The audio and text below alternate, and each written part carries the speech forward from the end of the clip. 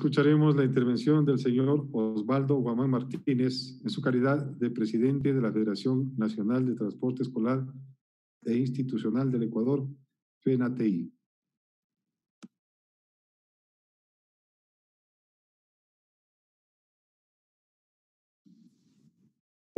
Muy buenas noches a todos, señor presidente de la Asamblea, César Solórzano, señores asambleístas, señor presidente de la Comisión de Reforma a la Ley de Tránsito, ingeniero Fafo Gavilanes. Muchas gracias por el espacio que nos dan al transporte escolar institucional del Ecuador. Como ustedes lo conocen, lo saben, todos los sectores del transporte hemos sufrido la dura crisis que vivimos a consecuencia de este virus que nadie lo sabía cómo enfrentar, ni nadie lo sabía cómo manejar. Sin embargo, señores asambleístas, podemos hacer un enfoque general ante nuestro pedido, ante nuestra realidad, ante lo que nosotros como transporte escolar institucional somos, lo que fuimos y cómo nacimos. Quiero hacer una breve reseña de la situación que vive nuestro país y de lo que vive el sector del transporte escolar institucional en el Ecuador.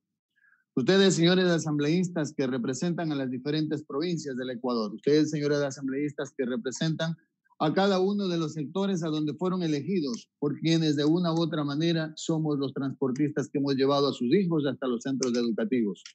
Le queremos decir a ustedes, señor presidente de la Asamblea, señores asambleístas, nosotros, y me doy el gusto y el lujo de decir que dentro de la Federación Nacional de Transporte Escolar Institucional tenemos madres de familia, mujeres trabajando en calidad de transportistas y que han buscado a través de estos medios poder solventar, poder solucionar, poder buscar más que nada el sustento de su familia. Pero es importante resaltar, señor presidente, señores asambleístas, que de acuerdo a la ley de tránsito, antes del 2009, el transporte escolar nació como transporte escolar personal y turístico. Pero desgraciadamente, cuando a veces los intereses van y vienen, se creó una nueva modalidad y se crean modalidades de confrontación. Y le digo de confrontación por lo que, de acuerdo a lo que está establecido en las vivencias que nosotros tenemos, porque una cosa es lo que está en la ley y otra cosa es en muchas ocasiones lo que se da en la práctica. ¿A consecuencia de qué, señor presidente? A consecuencia de que la propia ley lo permite o lo admite o lo justifica. He escuchado con atención a los compañeros de las diferentes modalidades del sector del transporte. Efectivamente, cada uno tiene su nicho de modalidad, pero eso ha permitido entender, señores asambleístas, de que nosotros como transporte de pasajeros o de personas, porque los niños también son personas, los niños también son pasajeros, y eso es lo que nosotros hemos evidenciado a través del tiempo. Recordarán ustedes cuando hace muchos años, hace unos 30 años, 25 años de atrás, cómo se transportaban los niños a los diferentes centros educativos en una camioneta. Luego fue modificándose y asomaron las primeras furgonetas. Posteriormente, técnicamente fue mejorando la calidad del servicio. Y en el país solamente era el privilegio del transporte escolar para las ciudades de Quito, la ciudad de Guayaquil y a lo mejor por ahí a la ciudad de Portoviejo, Manta. Poco a poco la situación se fue modificando, la situación fue cambiando. ¿Y a dónde conduce, señores asambleístas? A que veamos realidades.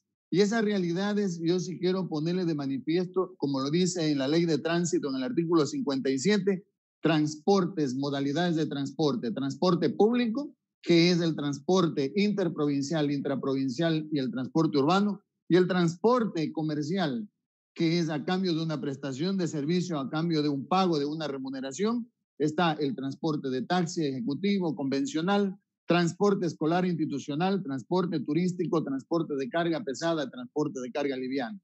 ¿A dónde quiero llegar, señores asambleístas y señor presidente? A lo que hemos visto a consecuencia de esta experiencia vivida con el COVID-19.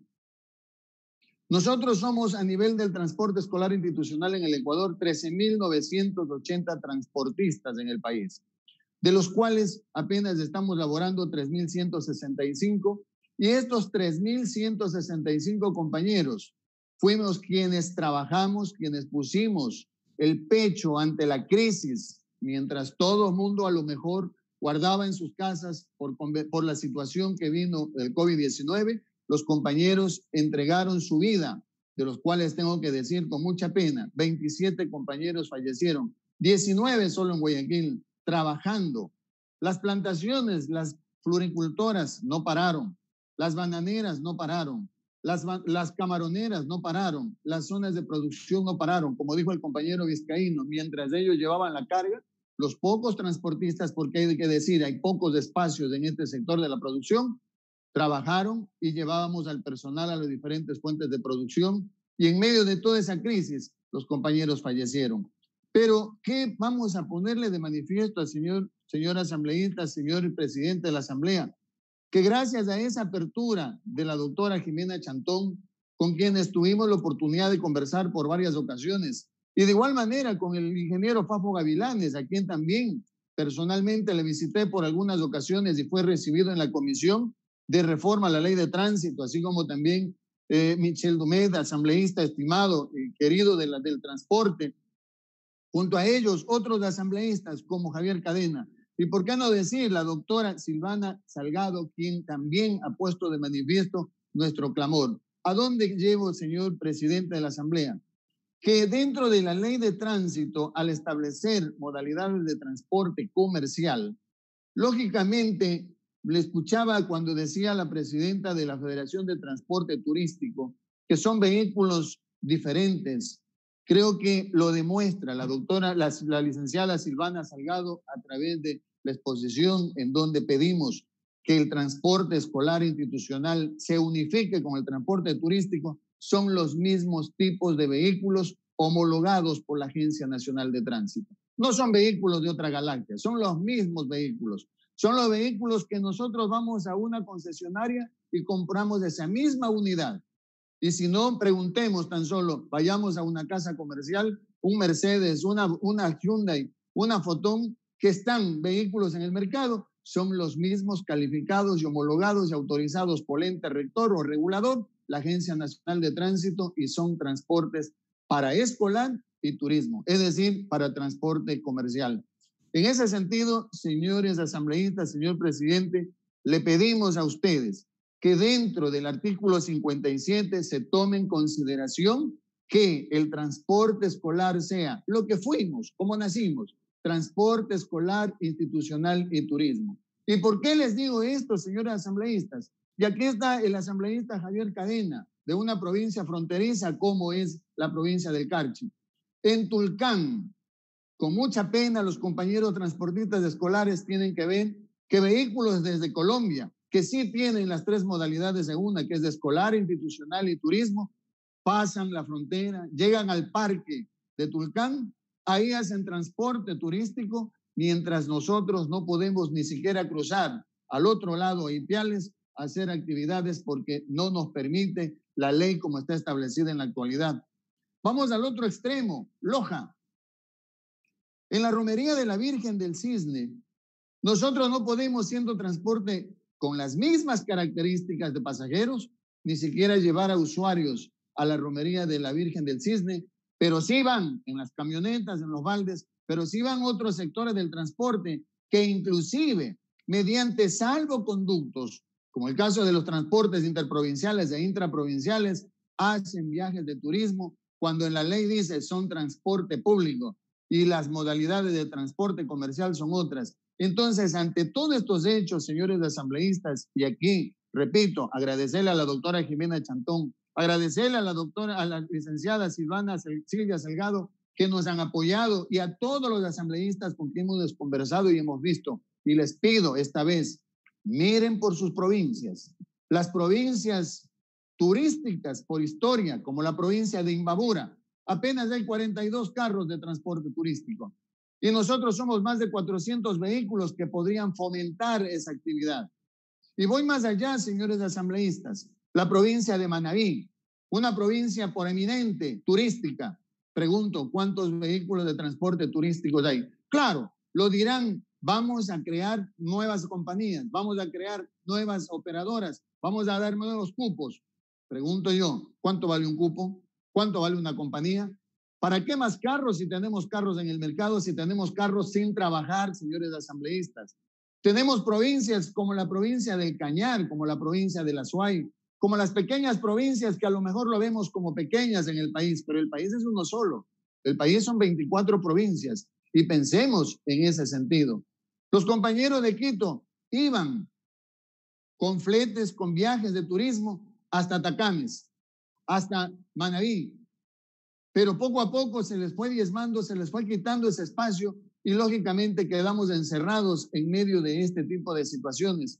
Por eso les pido a ustedes, señores asambleístas, tomar en consideración ese pedido que ha sido presentado a la Comisión de Reforma a la Ley de Tránsito, que se considere esta situación. Junto a eso, les puedo poner ejemplos muy prácticos, como el caso de la Universidad de Ibarra, a donde los compañeros hacen el servicio. De pronto tienen que hacer una investigación de transporte o cualquier otra actividad fuera de la ciudad de Ibarra. Tienen que viajar a otra provincia. No lo podemos hacer, tendrán que contratar transporte turístico. Por favor, señores asambleístas, miremos por una realidad. Miremos una provincia como la provincia de Imbabura, siendo una provincia turística.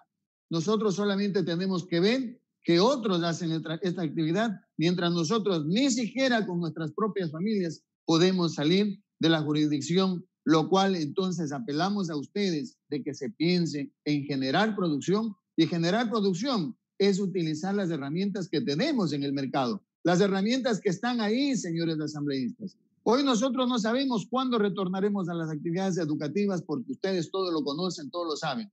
Pero fuera de eso, ¿cuántos somos en el país? Somos 13.980 compañeros transportistas. En todas las provincias existen los vehículos de transporte escolar y no lo podemos realizar esas actividades. Los asambleístas de Guayas y Guayaquil particularmente recordarán cuando nosotros teníamos un permiso de salida a través de vehículos autorizados por la Comisión de Tránsito de Guayas en esa época, llegábamos con fletes, llegábamos con viajes de turismo hasta la ciudad de Playas. Lo mismo pasaba con Santa Elena y las otras ciudades o las otras playas de la provincia de Santa Elena. Hoy por hoy esa parte está suspendida. ¿Está suspendida a consecuencia de qué? A consecuencia de lo que les acabamos de decir. Señores asambleístas, ya es hora de que pensemos nosotros en cada una de las necesidades de las provincias, veamos las realidades de los compañeros que están en este momento a expectativas, están escuchando, están en la espera de que se les comprenda. Vean ustedes, señores asambleístas, en sus provincias, reúnanse con los compañeros del transporte escolar institucional y pregúntales cuál es su verdadera realidad y les podrán decir que a veces se ven diezmados de poder generar producción teniendo la herramienta. Y eso es lo más triste, lo más calamitoso que podemos ponerle de manifiesto, señores asambleístas, señor presidente, que hay las herramientas, pero que tenemos que generar actividad, pero a veces, porque la ley se crea de una u otra manera, se genera este tipo de situaciones. Esto ha motivado a ustedes, no, señores. Tan gentil, permítame, si podría concluir su intervención en razón de tiempo y de las